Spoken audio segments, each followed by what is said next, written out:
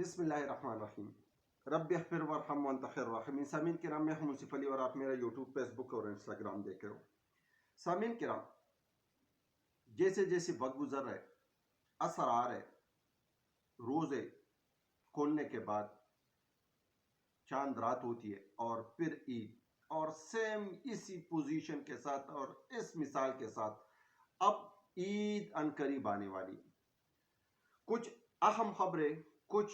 بڑی مثبت خبریں جو اس آئین، قانون، معاشرے، پاکستان، اوورسیز سب کے لیے بڑی کارآمد ہے، وہ خبریں سب سے پہلے آپ لوگ کے ساتھ رکھتا ہوں۔ لیکن آپ لوگ کا تھوڑا سا وقت درکار ہوگا، تنگ نہیں ہونے، ویڈیو کو آخر تک دیکھنے، اور جن بھائیوں نے ابھی تک چینل کو سبسکرائب نہیں کیا وہ چینل کو لازم سبسکرائب کر لے تاکہ ہمارے آنے والے ویڈیو سب سے پہلے آپ لوگوں تک پہنچے۔ سب سے پہلے بات کر لیتے ان خبروں کے خلاصے پہ۔ اب ان کے خلاصے آپ لوگ کے ساتھ پیش کر لیتا ہوں اور اس کے بعد پھر ان پہ ذرائع کے مطابق کچھ باتیں آپ لوگ کے ساتھ پیش کروں گا۔ ایک تو پیچھے نہیں ہٹوں گا، خواہ آپ لوگ کچھ بھی کر لیں، میرا بیرک کا بجلی کاٹ لے، میرا اخبار مجھے نہ دیا جائے، مجھے ایکسرسائز کے لیے مشین نہ دیا جائے، میرے لیے نہ کس کا نہ دیا جائے، مجھے ذہنی ٹارچر دیا جائے، لیکن میں اپنے پاکستانی عوام کے ساتھ کوئی بھی دھوکہ نہیں کروں گا، نہ میں کمپرومائز ہوں گا اور نہ پاکستانی عوام کمپرومائز ہوں گے۔ جس موقع پہ روزے اول سے کھڑا ہوں اسی موقع پہ آخری دم تک، آخری سانس تک کھڑا رہوں گا۔ یہ کس نے کہا؟ یہ عمران خان صاحب نے جیل سے علیمہ خان صاحبہ کے تھرو ایک پیغام پہنچایا، جبکہ فواد چودھری صاحب کو بھی صاف الفاظ میں کہہ دیا، جبکہ بہت سے لوگ فواد چودھری کی انٹری کی باز گشت کر رہے تھے، لیکن فواد چودھری صاحب کو ایک خان کی طرف سے ایک پیغام پہنچا اور کہا کہ آپ میرے پارٹی اور میری باہر والی قیادت پہ بات نہ کریں، آپ تھوڑا سا زبان کو لگام دیں۔ جبکہ دوسری طرف بڑا بھائی امریکہ میں اپنے دولت، اپنے خزانوں کے منہ کھولنے کے لیے، تاکہ کسی نہ کسی طریقے سے جو بائیڈن کا جو بیک اپ والا سیٹ اپ ہے وہ آگے آ جائے، اور جو ٹرمپ سے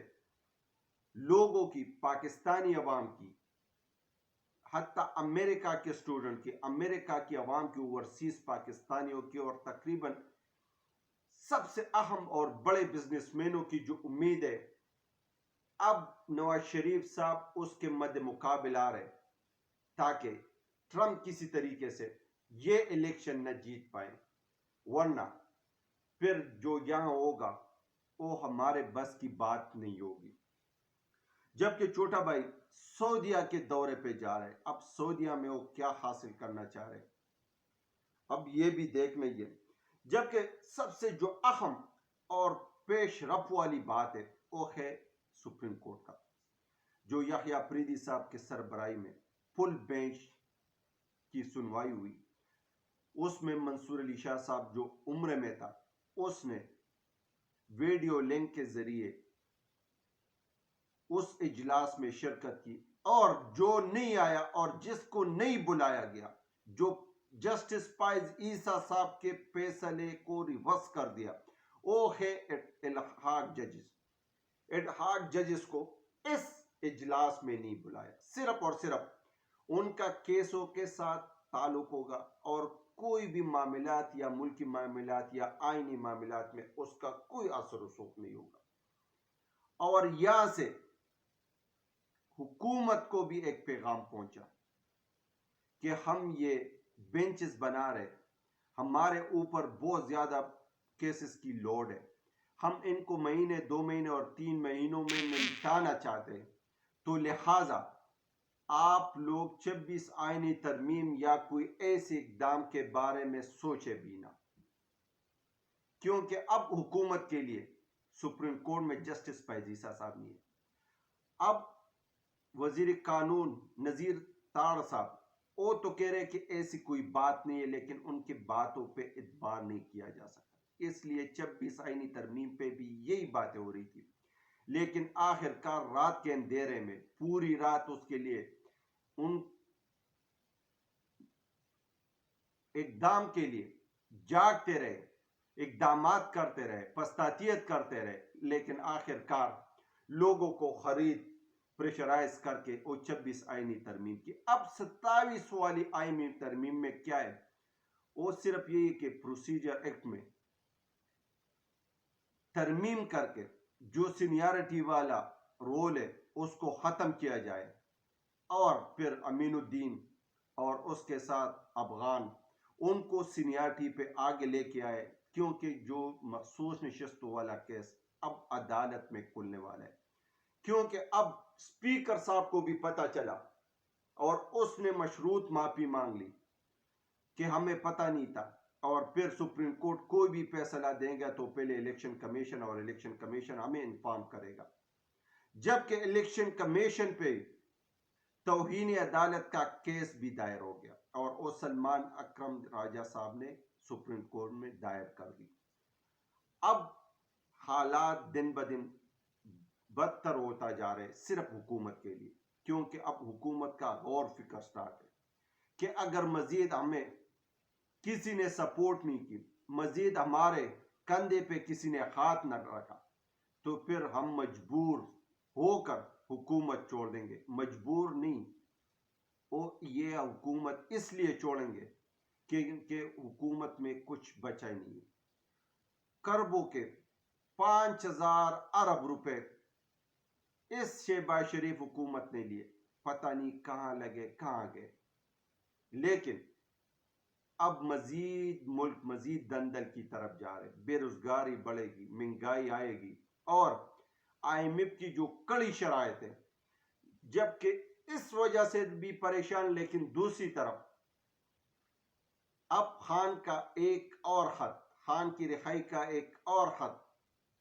برطانیہ کے وزیر خارجہ کے پاس پہنچ گیا، اور یہ وہ معاملہ ہے جب وہاں سے خان کی سابقہ اہلیہ نے جب ٹویٹ کیا تھا، اس نے پورے پارلیمنٹ کو جھنجھوڑا ہے۔ اب آوازیں اٹھنا شروع ہو گئی ہے، جس طرح امریکہ میں، برطانیہ میں، یو این میں، یونائٹڈ میں، یہ سب کے سب اب یک زبان ہو کے خان کی رہائی کا مطالبہ کر رہے ہیں۔ اب اس حکومت پی ڈی ایم حکومت پہ پریشر دن بدن بڑھتی جا رہی ہے، کیونکہ اتنی سکت ان لوگوں میں نہیں ہے، اتنی اخلاقی جواز نہیں ہے، اتنی جرت نہیں ہے، اور پھر دوسری طرف خان کے جیالوں میں، خان کے وفاداروں میں، خان کے سپاہیوں میں جرت بھی ہے، حوصلہ بھی ہے، شرافت بھی ہے، بہادری بھی ہے، لیکن دوسری طرف بزدل، ناکارہ، بدکردار اور بد ہوئی خصلت والے لوگ کا ساتھ مقابلہ ہے۔ تو سیانے کہتے ہیں کہ بے وقوف دوست سے عقل مند دشمن بہتر ہوتے ہیں، لیکن یہ بے وقوف دشمن ہے، عقل مند دوست نہیں ہے۔ اب دیکھنا یہ ہے کہ کیا خان کو یہ مزید روک پائیں گے یا نہیں، کیونکہ کل خان توشہ خانہ 2 کا اس کیس کی سماعت عامر فاروق صاحب اور اورنگزیب صاحب کی، گل اورنگزیب صاحب کی عدالت میں ہو رہی ہے، جبکہ سپریم کورٹ، ہائی کورٹ کے سامنے پورے پارلیمنٹیرین پروٹیسٹ بھی کریں گے، احتجاج بھی کریں گے، جبکہ دوسری طرف علی امین گنڈاپور صاحب کو خان کے پاس جانے سے پتہ نہیں کون روک رہے، کیونکہ عدالت میں بھی اس پہ پٹیشن دائر ہو گئی ہے کہ آیا علی امین گنڈاپور صاحب کی خان سے ملاقات کیوں نہیں کروائی جا رہی ہے، جبکہ علی امین گنڈاپور صاحب جب خان سے ملاقات کریں گے تو بہت سے چیزیں واضح ہو جائیں گے۔ لیکن یہاں ایک بڑی تشویش والی خبر ہے، اور وہ ہے خان کی بہن کی۔ وہ خان سے ملاقات کر کے جب اڈیالہ جیل سے باہر آئی تو اس نے صحافیوں کے ساتھ ملاقات کرتے ہوئے یہ بتایا کہ خان کو جیل میں مارنا چاہتے ہیں، خان کو ناقص کھانا دیا جا رہا ہے،